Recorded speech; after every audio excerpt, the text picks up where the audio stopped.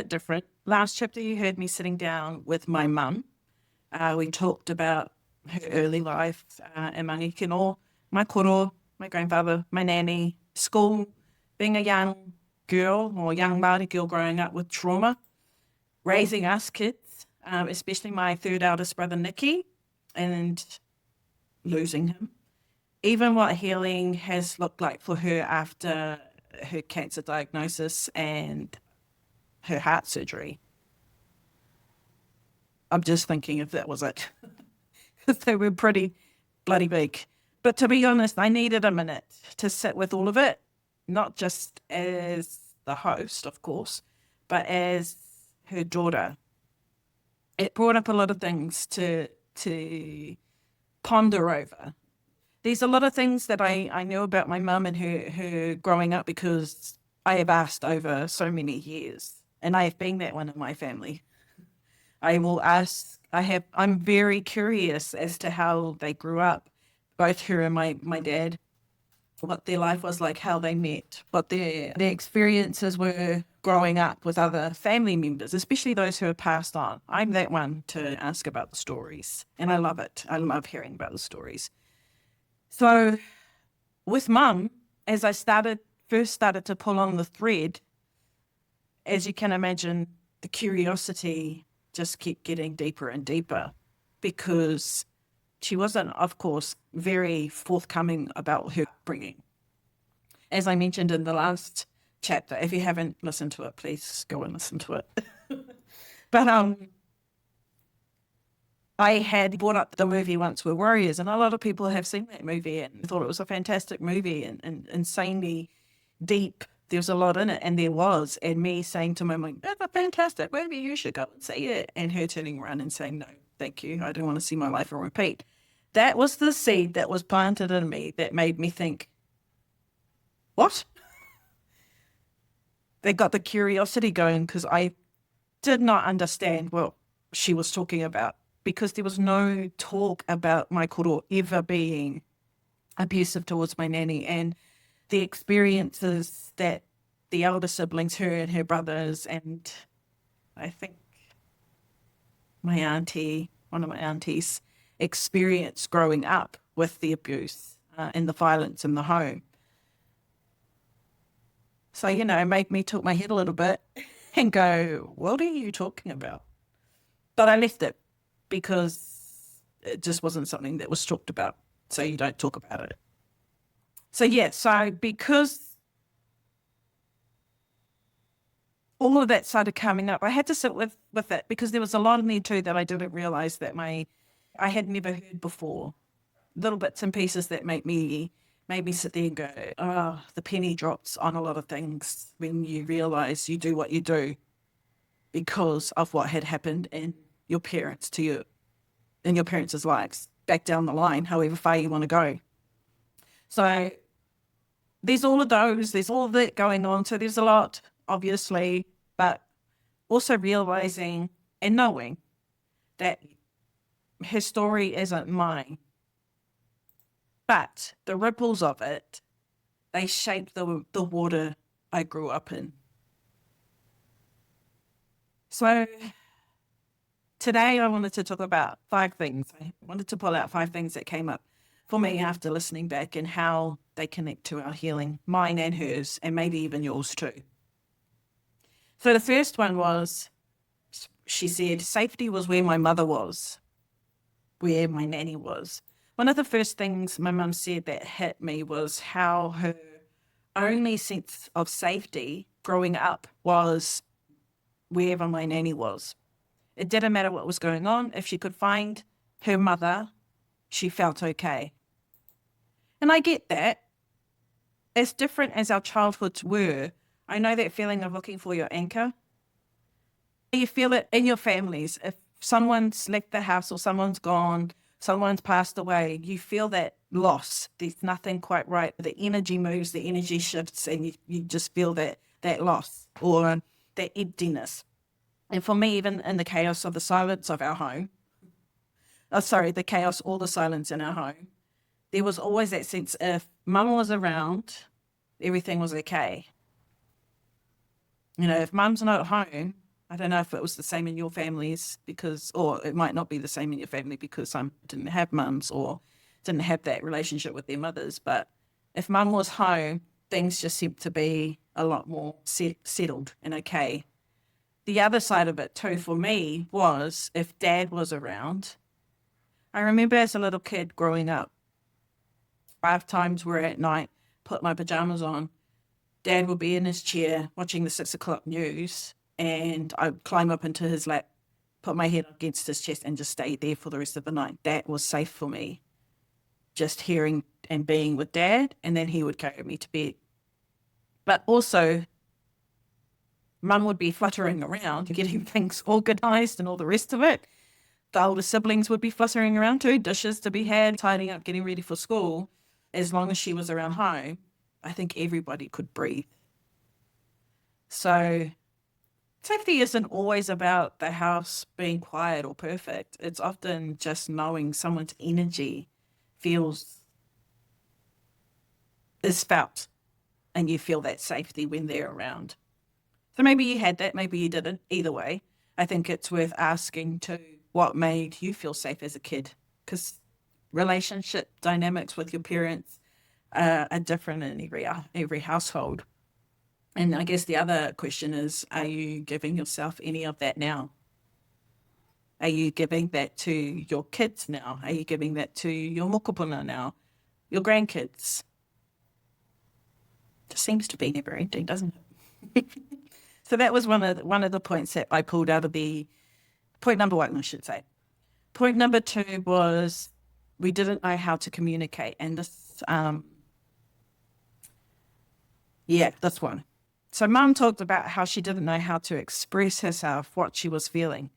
Her schooling didn't teach her, obviously. Her upbringing didn't allow for it.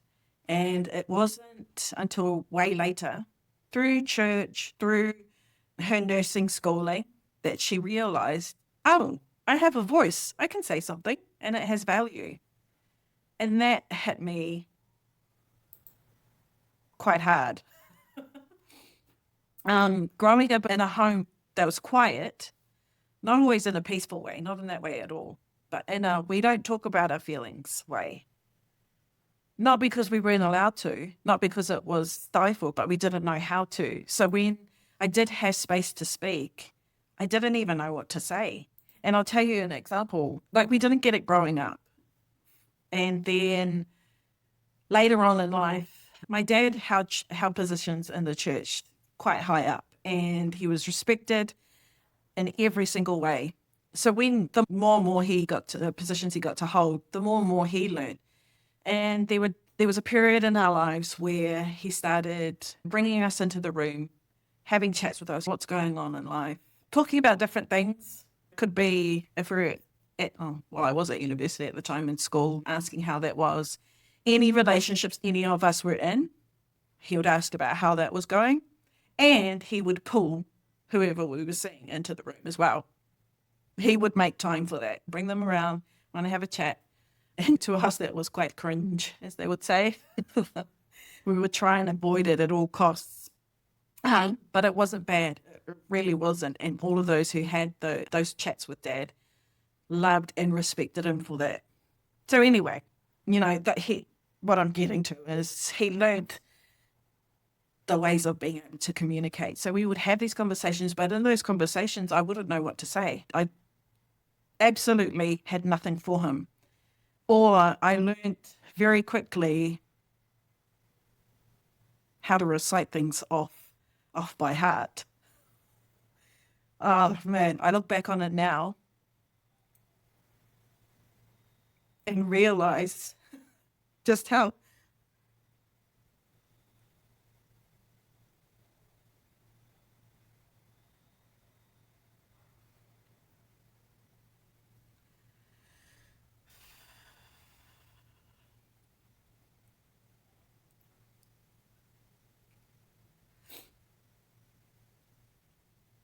precious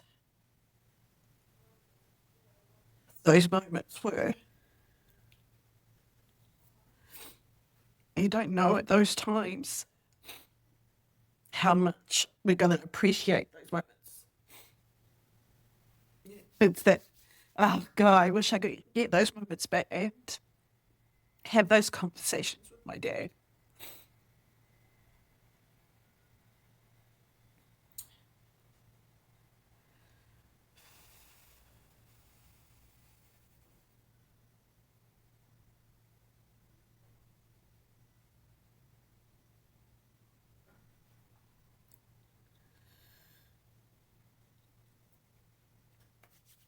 So, getting back to what I was saying, yeah, we didn't know what to say. And I guess my mum didn't know what to say to us because in those conversations with my dad as well, mum would be in there as well. It was always mum and dad in the room and going through the motions. But mum wouldn't really say a lot. She'd be there to support dad in whatever conversation he wanted to have with us.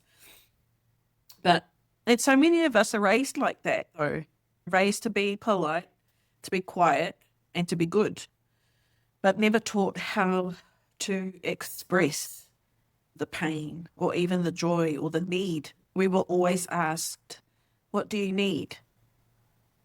Nothing.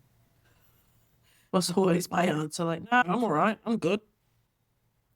Yeah. So now that I've grown, wondering why it's so hard to ask for help. And it was a big question, especially going through the motions of and the process of healing those parts of me, wondering why it's so hard to ask for help or why conflict makes me freeze, used to make me freeze, why vulnerability feels like exposure therapy, if that's even a thing. So talking about it like this starts to loosen up the grip. It's, age old saying, oh, practice makes perfect. I'm not perfect, but you get the idea. So yeah, it was a big one that obviously hit me and brought up a few memories. So that was point number 2. Point number 3 was when she noted you have the power when you're educated. She said this near the end when I asked what advice she'd give to young women, and it stuck. But it also made me think, and I wanted to point out that education isn't always about schools, because for me, formal education was rough. I hated it. I hated my days at Polytech, at university. I met so many amazing, wonderful people. That's the story of my life, though. I get into these situations, can't stand it. I hate it. But I meet and make some really wonderful connections with different people. Anyway, so yeah, it's the formal education for me was rough. Sitting in rooms with people talking at me didn't work. Professors and teachers who had one way or the highway. But I needed to learn by doing. That's how I work and what makes me tick. It's the doing, by living, by trying and stuffing up and trying again. Perfect. If you're into human design, it's perfect. Fits perfectly into my human design. There's the whole trying and stuffing up and then trying again, but not seeing it as stuffing up. It's like, that's the way I learn. Hands on, messy. So yeah, so when Mum said that, I heard her truth, but I also thought about how our generation is redefining what education means. So what I mean by that is we're learning through therapy, through wānanga, which is gatherings, a different type of learning way, through social media even, through conversations like this, through, there's podcasts like this, there's books and audiobooks, there's gatherings. Yeah, there's so many different ways than just the conventional way. So, yeah, and I think we need to stop invalidating that because I know a lot of people do dismiss anything else but a university education, formal education. Because whatever makes you feel more yourself, more capable, more connected, that's education too. It's a massive, big umbrella, education. So yeah, when I was contemplating over that statement, I was like, you know what, in my personal experience, being educated is not just attending university and all the rest of it and getting formal education. It's a whole lot of things. Yeah. So that was point number 3. Point number 4 was talking to about her dad, my koro. Forgiveness took 50 years. I think it was 50 years. Yeah, it would have been 50 years. And this one it choked me, made the heart feel a little bit like, oof. So Mum shared that she didn't forgive my koro until a couple of years ago. When I say a couple of years ago, my koro passed away. He's been gone for like 20 years now. And I think the process of, I forgive you from when he passed away, and the process over the years of really getting into what forgiveness is, my mum has landed there, and it's only been just a couple of years ago that she's landed there. And that's after decades of holding pain. That gap it's actually quite short, and I'm super proud of her for doing that and attacking that. So yeah, so that's after decades of pain and shame and anger, silence, that she let it go. Silence, that's how many years of being silent about it. And that she felt lighter, and it felt good. It felt good to forgive him. Not because it excused anything. If you're being down the path of forgiveness and truly understanding and feeling and knowing what forgiveness is, it's not excusing anything. But in Mum's instance, it's because she didn't want to carry it anymore. And that becomes the catalyst for a lot of people. They don't want to carry it anymore. I had to sit with that, because while I haven't walked her exact path, I didn't have a crazy father like my koro. I've carried my own stuff though. And some of it I'm still holding on to because I'm human. There's processes as I peel back the layers of different things. There is stuff that I'm still holding on to, which I acknowledge and recognize, and I am going to work on it because I don't want to carry it. But some of it I'm only just starting to put down as well, really work through that process. And another sort of important thing that came up as well was a lot of people think forgiveness is a moment, and it's not. It's often a slow, messy process. Healing goes hand in hand with it. Healing is just another thing that's often slow, messy. Sometimes it doesn't even start until we're older, where we can begin to be a little bit more softer, or just tired of it, holding it all. It triggers the want and the desire to let go of these things that have been holding us down or holding us back. If you're not ready, if there's things that you're holding on to, and you're not ready, that's cool. But if you are ready, then that's cool too. There's not a perfect timeline to these sorts of things that I know a lot of people have in their heads around it. But hearing Mum's story reminded me, carrying pain for someone else's actions isn't your job. Releasing it is how we find peace. Well, our own peace. So that was point 4.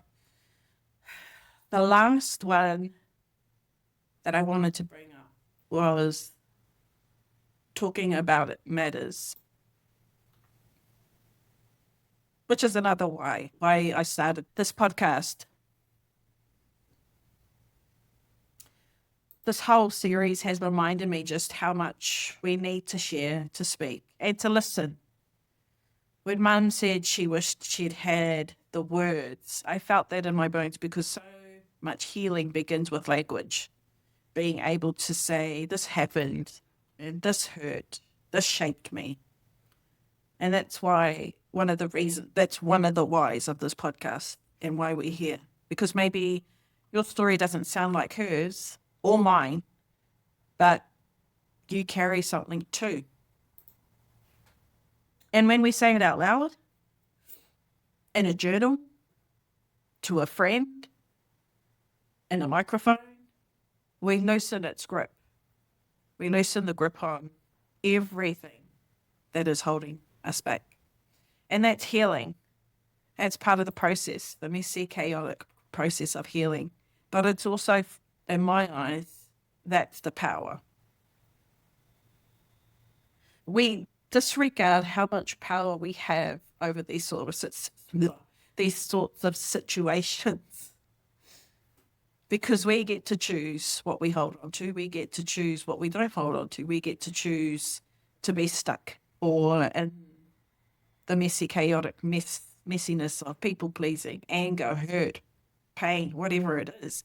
But we can also choose not to be. A lot of people still try to get their heads around that fact that you don't have to be. But it is a process to step out of it, especially if you've been in it for most of your life. So yeah, chapter 4 was think.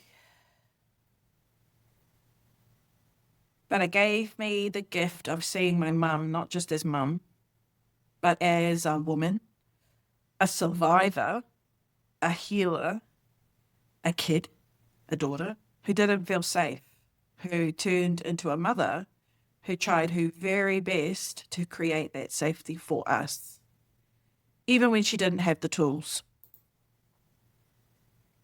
because she was just learning along the way too. She was learning, she had to find her own ways to be able to raise her family, take care of her husband, take care of her children in a different way than what she had growing up. And now, as well, I get to continue that work. Yay, me.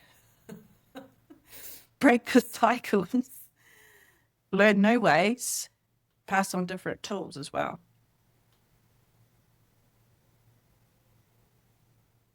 Which has been a massive journey.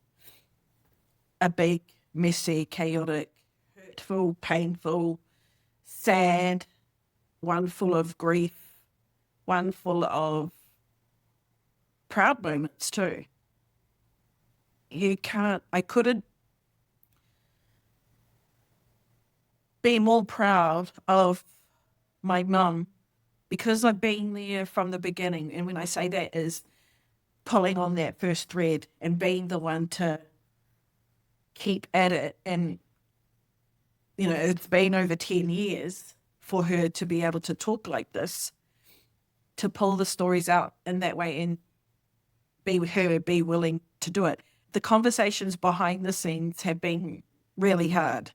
And that when I said, I want to record you for my podcast, no understanding of what podcast was, you see her back in a little bit. You see her retreat a little bit into her shell and then come back out again and have the questions. But also see the healing in it as well, knowing that, I've talked about this a couple of times now. I can do more. Those are some of her comments. It's for me as the daughter on the other side trying to organize this and getting frustrated and more frustrated and more frustrated over different conversations. But at the end of it, her feeling and visibly seeing her breathe, settle and release some of those stories, because she's taken her power back and also realized that doesn't define her. It was a bit of a conversation too, saying, look at Nanny, what she went through, and also what you guys went through as children. Even my uncles, you would have thought that you would turn out some kind of other way, violent people yourself. But my uncles who experienced that, witnessed that, were completely the opposite. Loving men. I'm not saying they were perfect. My older cousins will testify to the fact that, they got wallopings and things like that. But it could have been worse when you look at where they came from, what sort of environment they came from, because you see, once we're warriors, is reality for so many households. the story just goes on repeat until somebody is ready to break the cycle and say, no, that's enough. So it didn't get very far before it was put to an end. My uncles, when they got old enough to stand up to my koro, my grandfather, were the ones to stop it and say no. And they went on to have families of their own and treated their wives and my cousins, their kids, the exact opposite way. So those conversations with my mum too were just like, that's something to be absolutely hella proud of, because you broke that cycle, but they still carried the weight of what happened. Before I close off, I wanted to say my experience and our experience, a lot of our experiences with my koro, my granddad, were not bad. Hence why it was a big shock when it all comes out, and it's still coming out. I had a cousin message me saying that she hadn't watched the whole of chapter 4 with my mum because she felt too sore, too sad, thinking and hearing the things that my mum went through and the siblings and some of the siblings and my nan. She just couldn't listen to all of it just yet. Because our experience of our koro was when he was much older, he was a hard case and a jokester. Yeah, he'd get silly and all the rest of it, and he was drinking and stuff, but you never saw the violent side of him. And I guess the whole experience just made me realize, like, he wasn't bad. It just was the effects of war, which my mum learned also too in part of the process, was forgiving him because he had PTSD. When they come home from the war, there was absolutely no support for him, and experiencing what he did when he was out at war, of course, all of the things you could imagine that they experienced, friends, family, cousins, brothers, whatever, getting shot right next to you, you can't do damn thing about it. You just have to keep going. So when they come back, they were promised the world, the Māori battalion, and a lot of them were treated like shit when they got home. Still didn't get anything for the work that they had done. The Māori battalion were known as these amazing soldiers, but they come back to their homelands and they got nothing, no support. Got promised the world before they left, and they come back to nothing but their land being taken off them and given to others. But anyway, that's another story. I was sitting there and talking with my mum about it. It's like, you can't fault him because of what he had to go through. It's just so shit that he had to take to the bottle and take his frustrations and hurt and pain and anger out on my nan, because she was there, and the kids, the siblings. And yet there is that little bit of disappointment because of what he did. So talking about it and going through all of this as well has made me think about those times with my koro. Loved him dearly. He was right next door to us when we were growing up. Saw him all the time, and he was always pottering around. He was a carpenter, so he was always pottering around and fixing things and planting things. Him and my nanny were massive green thumbs. They had fruit trees all over the place, garden beds around the house. So yeah, all those sorts of happy memories that we have of him. That along comes these sorts of stories, and it just messes you up a little bit. But yeah, so that was the other thing too. I wanted to just jump on and make a point of that. I know my koro was probably painted as a monster in chapter 4, and I know my mum wouldn't want it that way either. Just the fact of these stories coming out, but I didn't didn't say that despite all of that, he was such an awesome, funny guy. Because he served in the war, he learned Italian, he spoke fluent Italian, he sung Italian songs, especially when he was drunk. But yeah, I just wanted to make a note of that. If you've got stories tucked away, I hope this helps you feel that much less alone. I hope you talk to someone or write them down or even just think about it differently. I think this is a big thing too. And I'm on a massive journey of still getting the stories out of my mum, getting her to write things down. Because I just think of myself. I didn't get to know my dad's parents. They passed away way before I was born. So all I had was stories. All I have is stories from bits and pieces from dad's side of the family growing up. Mum, her interactions when she met my nanny and growing up with her, because my koro, my grandfather on my dad's side, passed away when my dad was 17. So it's all the stories and learning about the genealogy and the stories of my ancestors that really get me curious. And so I think of the kids now, my nieces and nephews, the children of my nieces and nephews, not knowing these people, having a photo, but not knowing who they really are and what they bring to the table, what they did to pay for our seats at the table. And also just bringing it back to you, having those stories tucked away. The story matters and you deserve to hear from those. So in whatever way you can express them, whether it is talking to somebody or writing them down or journaling, you deserve to heal from it. Don't choose to be stuck in it and to carry these stories around like your life depends on it. Choose to let it go by writing it down and talking about it.